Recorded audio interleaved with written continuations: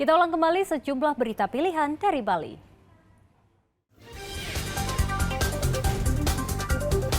Dua orang nelayan di Karangasem nyaris terseret arus laut setelah perahu mereka ditabrak kapal feri.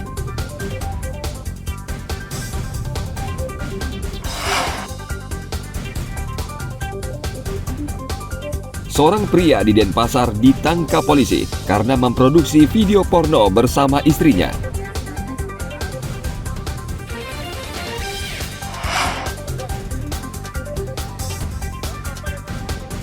Minat anak-anak belajar olahraga selancar air di Pantai Kuta Badung semakin meningkat.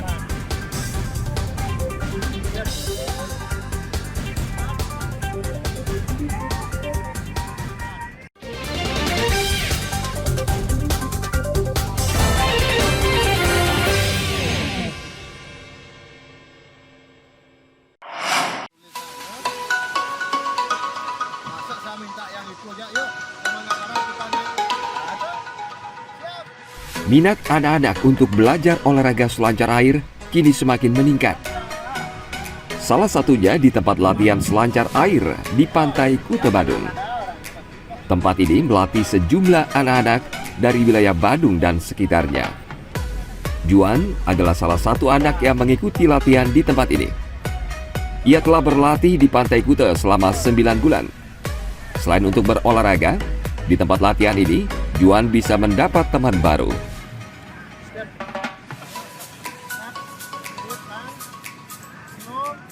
Ini udah lama main surfing ya? Sudah Berapa bulan? 9 bulan. 9 bulan. Emang senang olahraga ini ya? Ya, Apa yang buat senang, Dek? seru di atas ombak. Jadi senang bermain-main ombak ya? Ya, Terus nggak takut dengan ombak? tidak.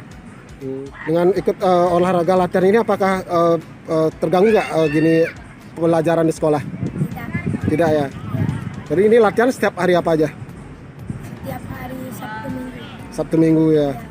Ini untuk orang tuanya mendukung ya? Ya, Yan ini udah sempat berprestasi nggak untuk surfing ini? sudah. Sudah juara ya? Ya, Anak-anak yang berlatih selancar di tempat ini berusia 4 hingga 10 tahun. Karena ini dari sebelum tahun-tahun yang dulu pemerintah belum ada mendukung ya untuk olahraga cabang surfing ini, dan baru-baru ini sudah mulai kelihatan pemerintah mendukung dan anak-anak pun sudah mulai ada yang dilirik lah, seperti itulah. Makin banyak lah sekarang bibit-bibit lah ya untuk kedepannya untuk Indonesia begitu. Jadi kalau boleh tahu dulu kalangan umurnya dari anak-anak berapa beli peminat untuk surfing yang olahraga surfing? Olahraga dari di murid-murid saya itu sekarang udah ada dari umur 4 tahun sudah mulai ikut latihan itu. Di 4 tahun sampai 10 lah sudah mulai ya. Beberapa anak di tempat latihan ini berpotensi menjadi atlet selancar.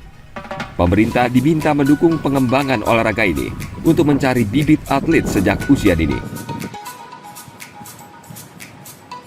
Agung Gede Agung melaporkan dari Badung.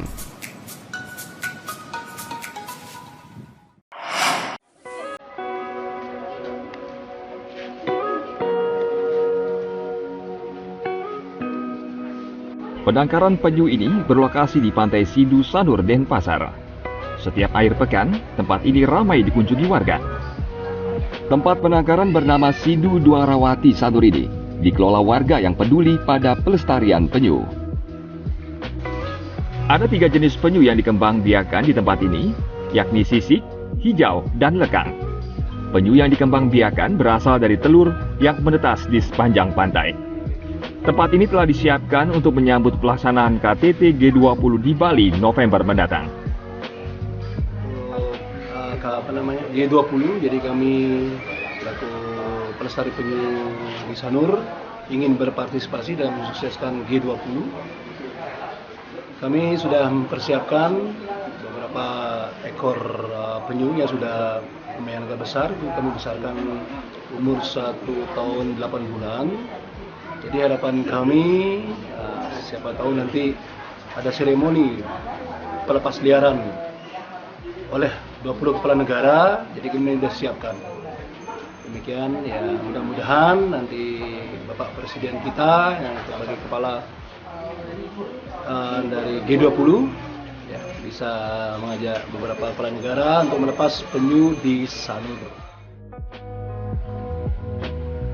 Pantai Sanur dan sekitarnya sejak lama telah dikenal sebagai lokasi penyu bertelur.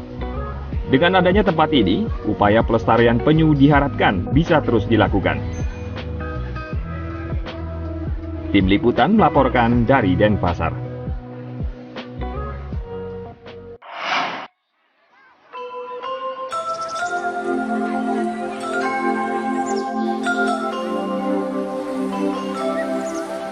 Wilayah Sanur Denpasar dikenal sebagai kawasan wisata pantai favorit wisatawan. Sanur dikenal dengan pantainya yang berpasir putih dan suasana yang tenang. Kawasan wisata ini sudah dikenal wisatawan asing sejak tahun 1970-an. Selain wisata pantai, Sanur juga memiliki aneka kuliner khas setempat. Salah satu yang cukup terkenal adalah ikan tawa khas Pantai Sanur. Ikan sejenis baronang ini hidup di gugusan karang perairan Pantai Sanur. Kuliner ikan tawa ini antara lain bisa dijumpai di sebuah warung di daerah Intaran. Setiap hari, warung ini buka mulai pukul 9 pagi hingga menu ini habis terjual. Pemiliknya adalah Ketut Sudartaba, mantan koki sebuah restoran di Sanur. Sejak 7 tahun lalu, ia sudah mulai menjual kuliner ikan tawa. Ikan tawa hasil tangkapan nelayan diolah menjadi ikan goreng dan kuah. Ikan tawa goreng diolah dengan cara sederhana, hanya diberi sedikit garam tanpa bumbu lainnya. Sedangkan sup ikan tawa diolah dengan bumbu genap Bali yang terdiri dari beberapa jenis rempah-rempah.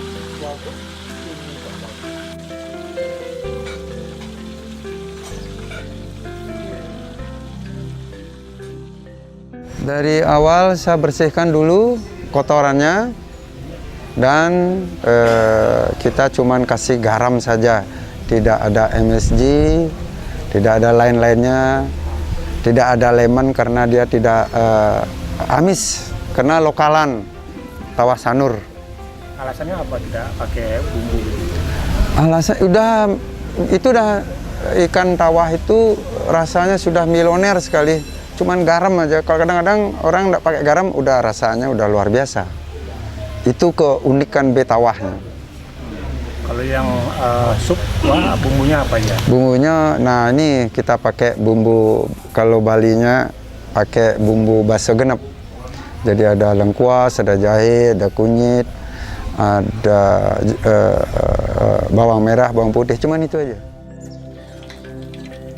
Menu ini tergolong langka karena tidak setiap hari nelayan bisa menangkap ikan tawa. Ketut akan menutup warungnya jika nelayan tidak mendapat ikan tawa.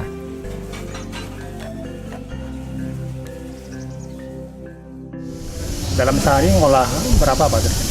Dalam satu hari saya dapat kalau misalnya 5 kilo habis, kalau dapat 10 kilo habis. Karena penggemarnya luar biasa untuk dinikmati. Terus kalau kebetulan hari itu tidak dapat ikan tawa gimana? Kita tutup. Tidak takut kehilangan pelanggan? Tidak. Saya idealis dengan pasti besoknya dia pasti nelpon. Yang gemar ikan tawah pasti nelpon. Penggemar kuliner ikan tawah berasal dari Bali hingga wisatawan asal luar Bali seperti Surabaya hingga Jakarta. Wisatawan menyukai cita rasa ikan tawa yang dinilai berbeda dengan jenis ikan laut lainnya.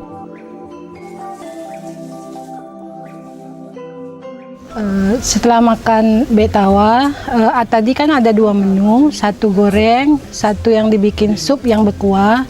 Yang berkuah itu rasa bumbunya itu sederhana tapi sungguh enak. Dan yang goreng itu bagi yang nggak penyuka kuah, itu bagus sekali. Anak-anak pasti sangat menyukai betawa ini karena tulangnya misah sama dagingnya, jadi aman sekali untuk dimakan. Kalau di porsi komplitnya itu ada lawarnya, sayur apa, itu bisa di request pedasnya, bisa juga enggak. Jadi dari anak-anak sampai dewasa semua bisa menikmati menu yang di sini. Kalau untuk beda sama ikan lain, ikan ini sangat gurih ya, gurih terus nggak anyir di mulut gitu. Walaupun bumbunya sederhana, hanya garam aja, tetap juga enak sekali, nggak ada anyir-anyirnya.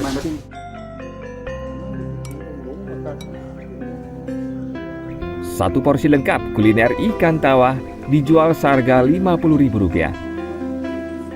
Selain melayani pembeli yang datang ke warungnya, Ketut juga mengirim paket ikan tawah hingga ke luar Bali. Usaha warung sederhana ini mampu menghidupi keluarganya di saat pariwisata Bali lesu akibat pandemi. Tim Liputan melaporkan dari Denpasar. Baik, informasi tadi mengakhiri jumpa kita pagi ini. Atas nama rekan yang bertugas, saya Dara Paramita mengucapkan terima kasih atas kebersamaan Anda.